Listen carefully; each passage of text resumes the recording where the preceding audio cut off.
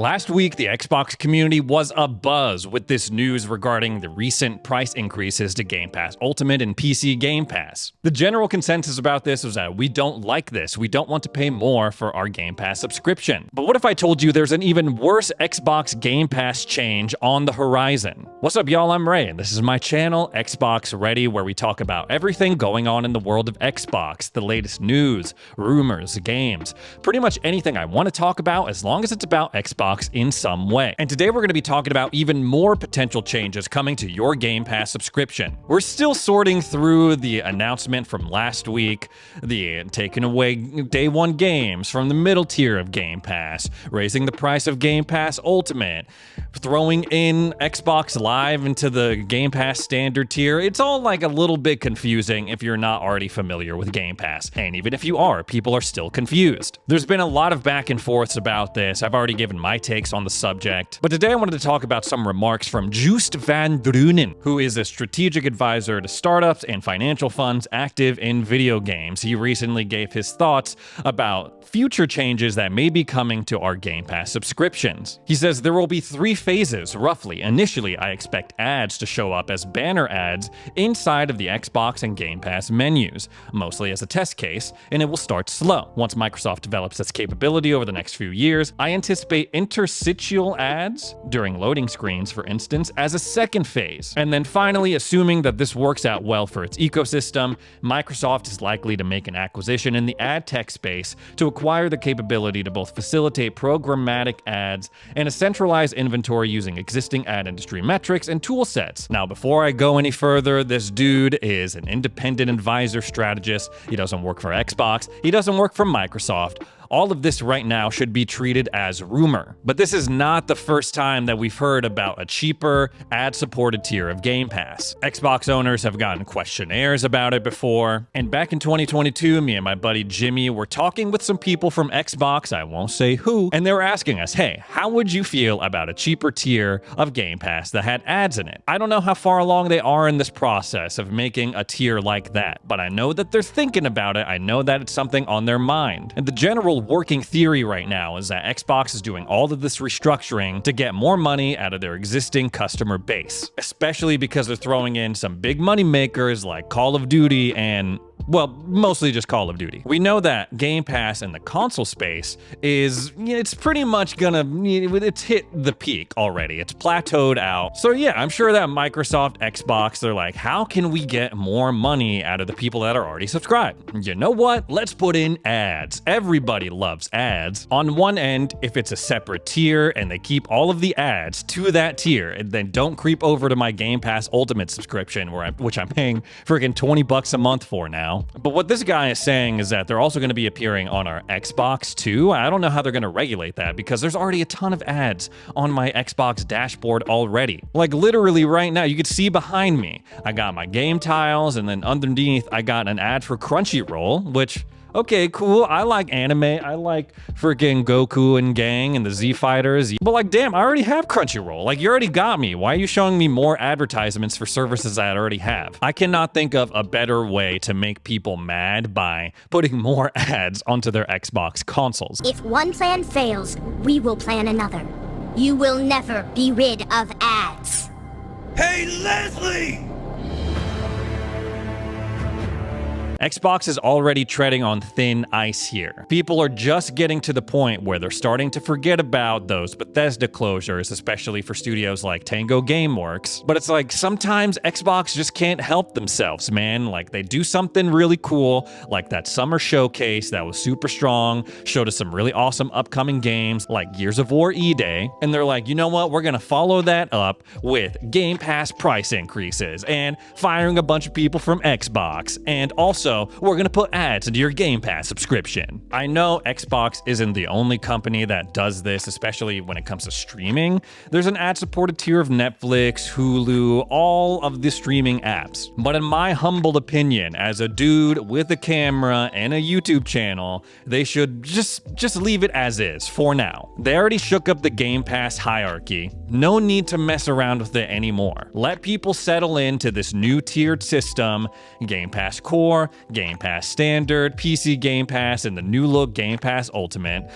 Give that time to settle before you're like, okay, you know what? A 5th tier of Game Pass, but this one has ads. I'm gonna put this in my back pocket for now because, again, this is just a rumor. This is just a dude that's not affiliated with Xbox, kind of giving his thoughts about what direction they are going with Game Pass. But from what I've heard personally and what Xbox has been doing as of late, it wouldn't surprise me if they introduce an ad-supported tier of Game Pass. Game Pass, cloud gaming, going forward, that's going to be a huge point of emphasis for Microsoft. In a perfect world, they would just go buck nasty crazy on the marketing and the development of new hardware and new Xboxes, but with declining hardware sales and just all sorts of other crazy stuff going on, that ship seems to have sailed, which ultimately is what led them to this recent Amazon Fire Stick combo Xbox looking thing. I did a video about it last week, and ultimately I came away with it like, it's okay.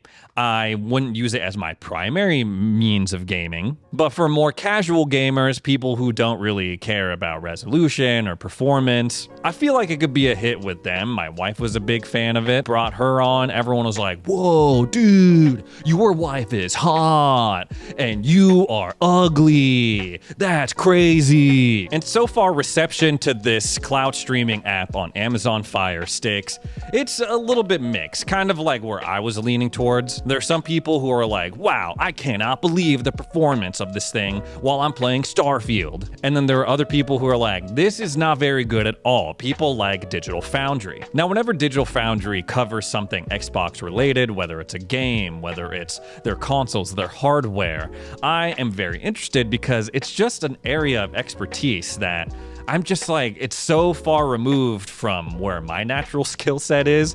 These dudes have like the Sharingan when it comes to like identifying performance issues and resolution and frame rate. Like they can pinpoint exactly how many frames are lost, like just by eyeballing it is crazy. And they recently covered this Xbox app that is on Amazon Fire Sticks, and they basically came to the conclusion that, no, this is definitely not a substitute for console gaming, especially when Xbox gives you an option that is super cheap to do just that, the Xbox Series S. My experience with it differed a little bit from theirs. As I talked about in my video covering it, I had trouble with controller input lag. Whereas these Digital Foundry dudes, they were like, you know what, controller input, it was pretty good. It wasn't terrible. Their problem was primarily with the bitrate. In their words, the stream itself is starved of bitrate, meaning that the quality of the image is relatively poor, especially when streamed to a large living room display.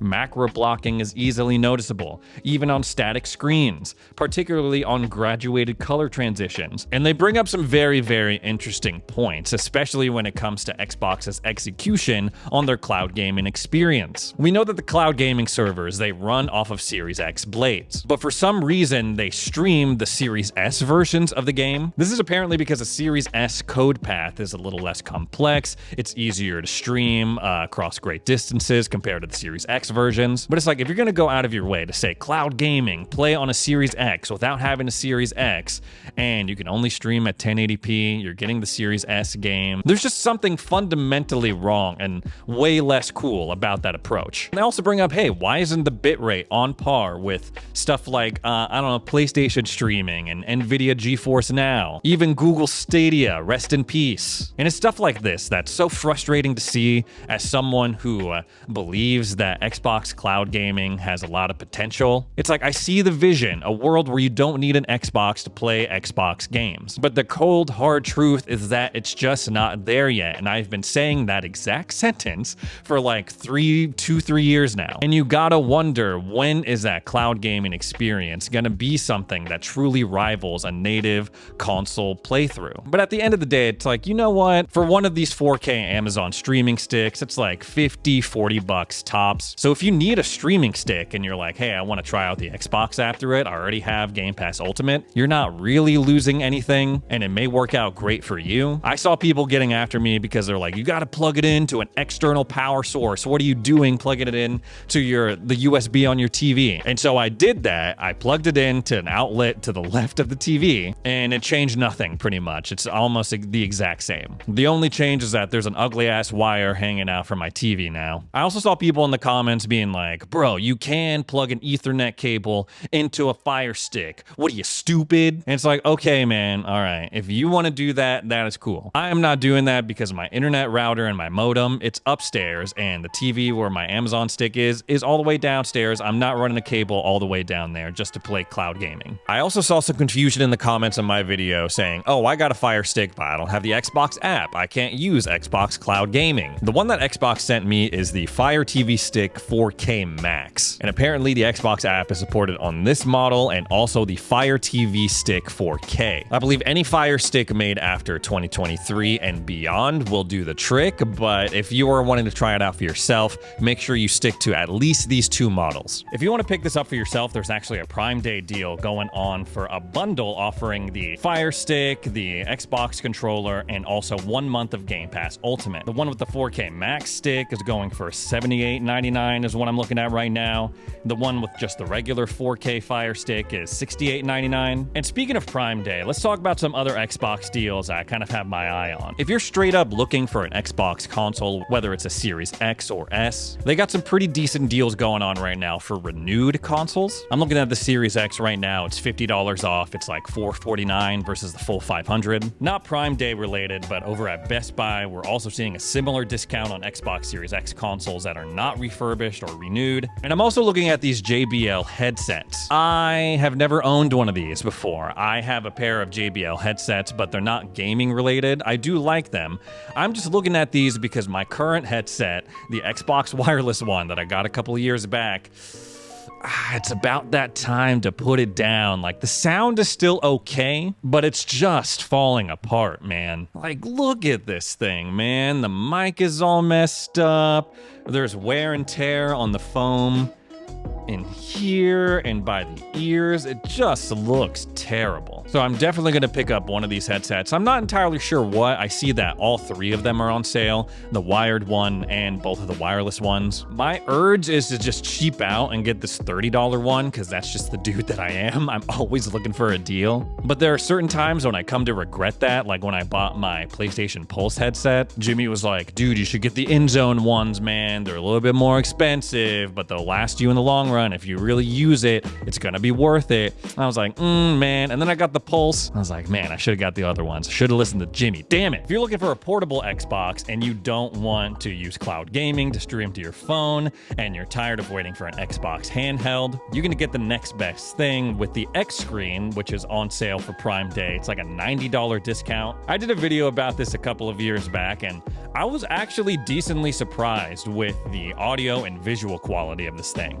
I'm also seeing some pretty decent deals for the Seagate expansion cards for Xbox. The 512 gigabyte one is going for $63, which is, you know, pretty dang good. If you have a Series S and you want a full terabyte, you can go spend $60 on this thing, upgrade your storage a little bit. And of course, like always, we are seeing some discount on Xbox wireless controllers, like the Velocity Green one here. This is unrelated to Prime Day, but if you're really worried about this price increase that it's gonna come to Xbox Game Pass Ultimate in September, there's a pretty decent sale going on at CD Keys for 3-month subscriptions. They're going for $32 for 3 months, so it's basically like buy 2 months, get one free. And you could stack them, so you can buy a bunch of them now. And depending on how much you buy, you can pretty much not pay full price for Game Pass for the foreseeable future. Anyways, guys, that's all the Xbox stuff I have to talk about today. Thanks so much for joining me for another edition of Xbox Ready.